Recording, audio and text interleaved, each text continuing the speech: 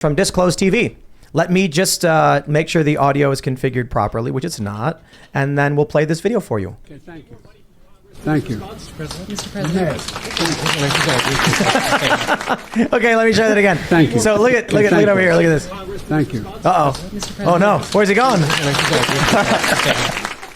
tries to stop him. I love it. Run away.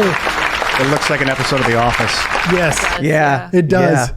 Man, you really could. This really could be a sitcom. It's kind of like Veep or something. Well, somebody's got to make fun of it sometime soon in a formal way. But look, here I have a legitimate question. See his hands. Look at Mr. Look at Oh yeah, Mr. you President. tweeted this out earlier. This is great. See his hands. I remember, when I'm a kid, Mr. Burns, he walks around with his hands like this, and I thought it was just like, that's Mr. Burns. It's something funny.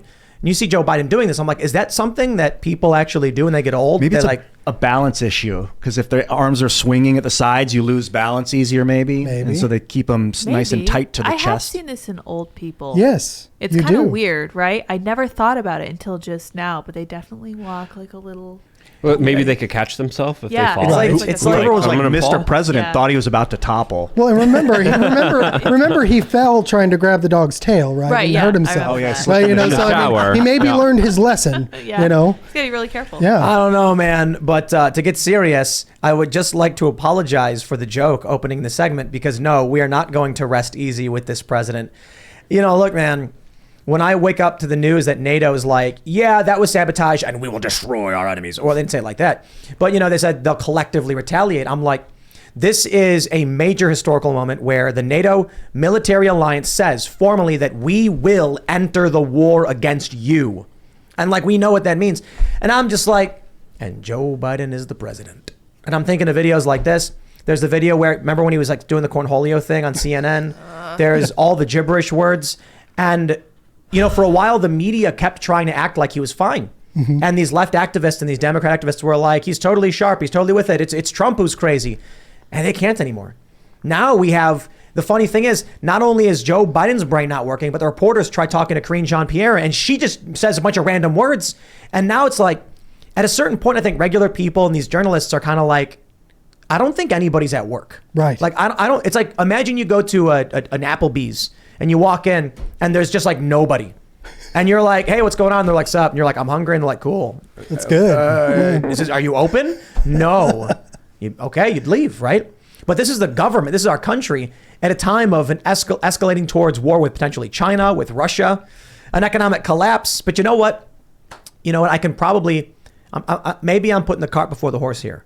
Maybe the issue is, the reason we're close to war with Russia and China and there's an economic collapse is because this man is our president. It is. Yes, and it's not just, it could have been a lot of different people that would have gotten us here, but he's one of them. And it's because his kids working in Burisma in Ukraine, it's some energy company. He was heavily involved with Obama during the coup in 2014 in Ukraine, where they tried to get the Ukraine to go side with America and the liberal economic order instead of Russia, very explicitly. There's this old Colbert. This is great. This came up on the Dave Smith, Joe Rogan episode again. And I don't have the guy's name. This old, I'm going to look into this and pull up the name in a little bit. But they've been planning this for 2 decades at the very least. At the very least. And Biden has been involved in it since the beginning, or at least since the Obama administration. And there's too much for him to lose. If it gets found out how much he's been involved, putting his son on the board of an energy company to get them to switch sides in The information is out there. And it's there for plain. I just can't imagine my father and my grandfather allowing this. That's what's really ticking me off about this. We're allowing this to happen. We're allowing this bumbling, systemic problem throughout the upper echelons of our government. And we just look at it and it's like, yeah, why not? Ultimately, we're the ones that are supposed to hold these people accountable. And I see none of that from the media, or not none, but not near as much as you should have. And why are we allowing this? Let me give you one of my favorite Wikipedia articles of all time. It is the Biden-Ukraine conspiracy theory article. Let me read for you this opening line. The Biden-Ukraine conspiracy theory is a series of false claims centered on the baseless allegations. Oh, they said false and baseless. Thank you. That while Joe Biden was vice president of the U.S., he engaged in corrupt activities relating to the employment of his son, Hunter Biden, by the Ukrainian gas company Burisma. They were spread primarily in an attempt to damage Joe Biden's reputation during the 2020 presidential campaign. U.S. intelligence community analysis released in March 2021 found the proxies of Russian intelligence promoted and laundered misleading and unsubstantiated narratives about the Bidens to U.S. media organizations, U.S. officials, and prominent U.S. individuals, including some close to the former President Trump and his administration. Now, over here on the right is a picture. It says, Victor Shokin, one of the primary subjects of the conspiracy theory. The conspiracy theory alleges that then Vice President Joe Biden withheld loan guarantees to pressure Ukraine into firing Shokin to prevent a corruption investigation into Burisma and to protect his son Hunter Biden. Let's slow down real quick and break down what's wrong with this paragraph. We'll go step by step. Victor Shokin, prosecutor, he exists. He is, in fact, subject of the story. All right, next sentence. It alleges then Vice President Joe Biden withheld loan guarantees. He did. On video bragging about how he did. Sure Next. did. They say to pressure Ukraine into firing Shokin. He did. It's on video. Him saying, so SOB, guy gets fired. They say to prevent a corruption investigation into Burisma, full stop. It did. The firing of Victor Shokin, which Joe Biden bragged about, did result in the ending of, I think, 12 active investigations. Check Matt Taibbi's reporting on this. We all knew it was happening. Now, there's a question of, did Joe Biden pressure Ukraine into firing Victor Shokin? Yes, he did. But did he do it specifically to stop this corruption investigation? That we don't know. But it did stop the corruption investigation. How about that? They call it a conspiracy theory by injecting 1% into the story intent.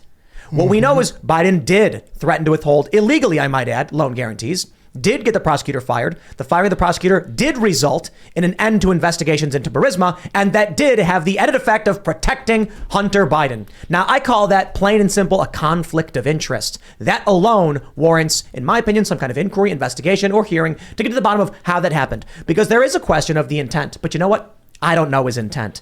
To call that whole thing a conspiracy theory, what you're actually saying to me is it's probably true and you're terrified that we found out. Yeah. What would happen if it was Donald Trump and his sons doing business with Ukraine? I'm triggered, Luke. Go ahead. Donald Trump sees the video on Twitter of Joe Biden being like, SOB got fired. And so Donald Trump's on the phone with the president of Ukraine, like, what is this video? I mean, read the transcript. It's hilarious. He's like, what's this video about withholding guarantee? Why don't you look into this?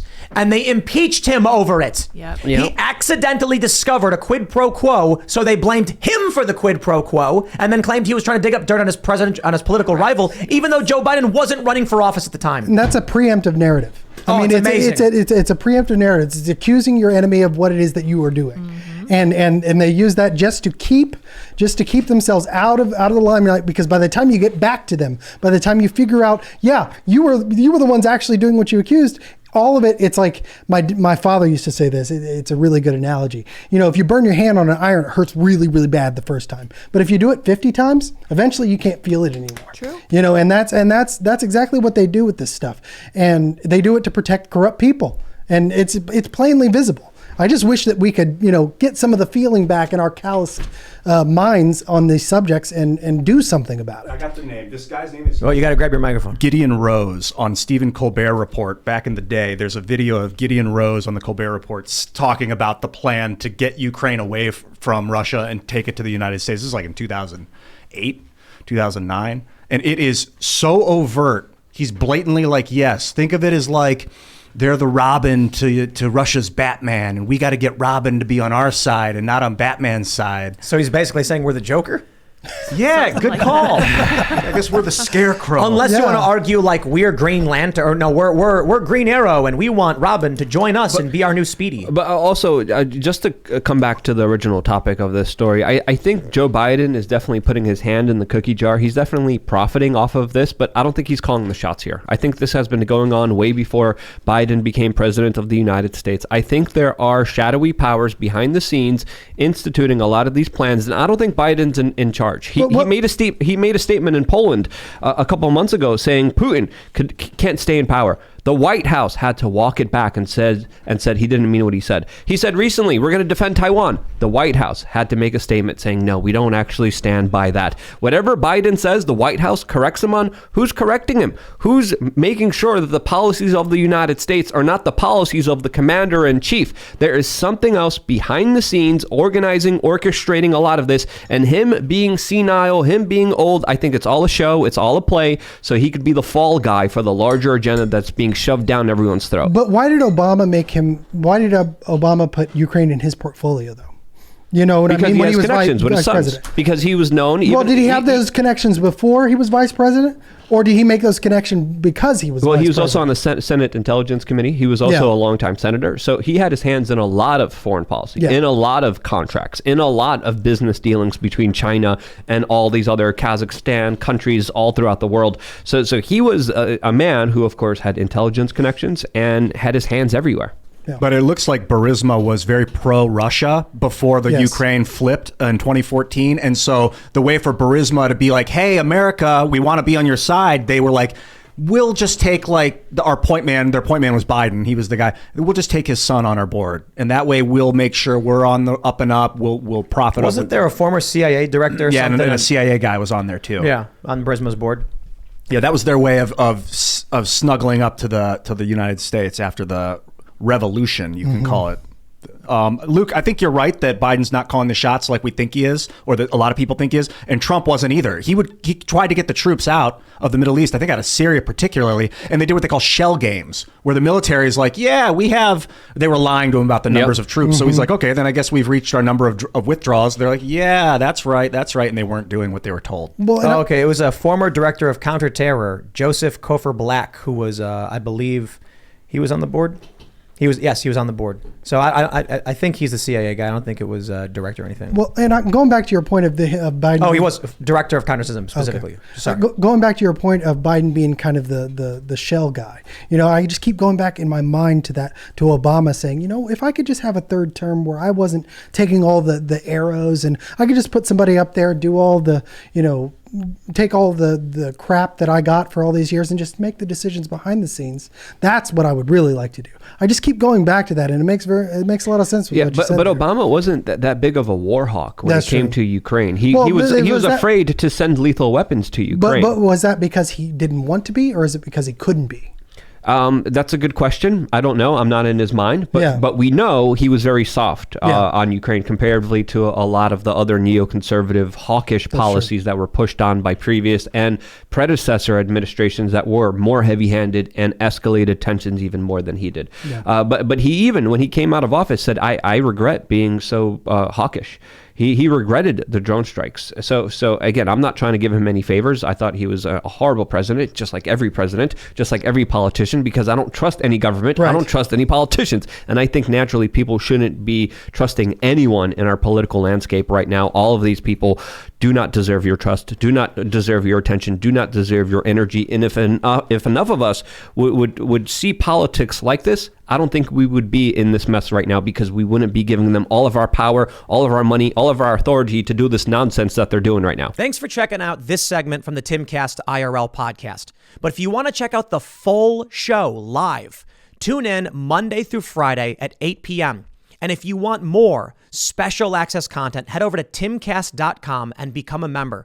Your membership helps sustain this company, keep our journalists employed, makes this show happen, and you will get access to exclusive members-only segments of the Timcast IRL podcast, and there's a massive library to check out. So again, go to timcast.com or tune in Monday through Friday at 8 p.m., and we'll see you all there.